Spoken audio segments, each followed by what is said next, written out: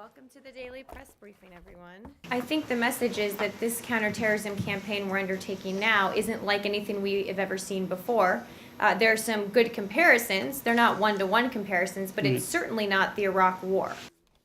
Just one item at the top. Well, of course, the Secretary has... We know that Iraq has a relationship with Iran, a long relationship. And that's why we have said we're open to talking to the Iranians about what's happening in Iraq, not coordinating with them, not sharing intelligence with them, but encouraging them to support Iraq's new government. So they have a long-standing relationship, and it's just a different situation.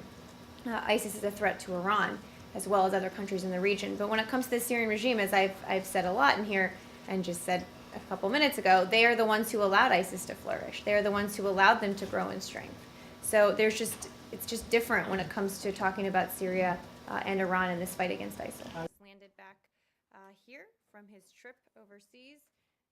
That is not my item at the top. Well, we certainly respect the decision and know they're going through a process. I would note that this is the association agreement that caused Russia to start all of this, that they were so worried about coming into effect so many months ago now. And not only has it now been ratified by Ukraine, but Russia is increasingly isolated from the rest of the world. So it seemed to be a little bit of a lose-lose for them.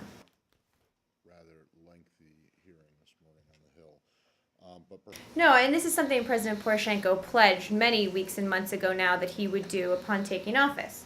We understand the new law allows for the use of Russian as an official language, funds new development projects in Luhansk and Donetsk, and gives the regions the right to form their own police forces, also grants limited amnesty to those who participated in the conflict. These are all steps in line with the spirit of the Minsk agreement that we believe is really key here to de-escalating the conflict and moving forward.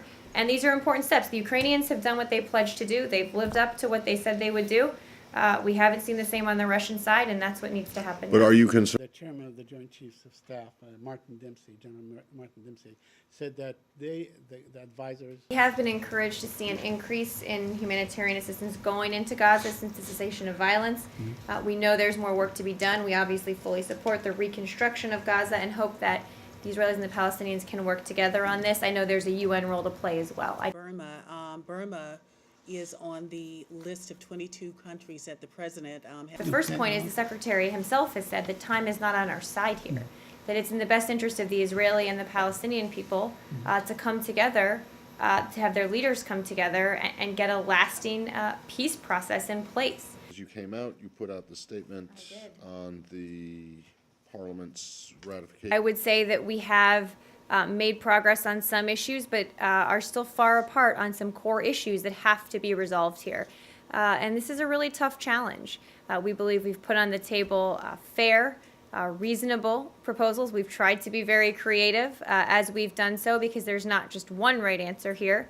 But the Iranians will have to make some decisions about what they're willing to do to prove to the world what they say, that they do not want a nuclear weapon. Yes, of course. Okay. Thank you. Thank you all.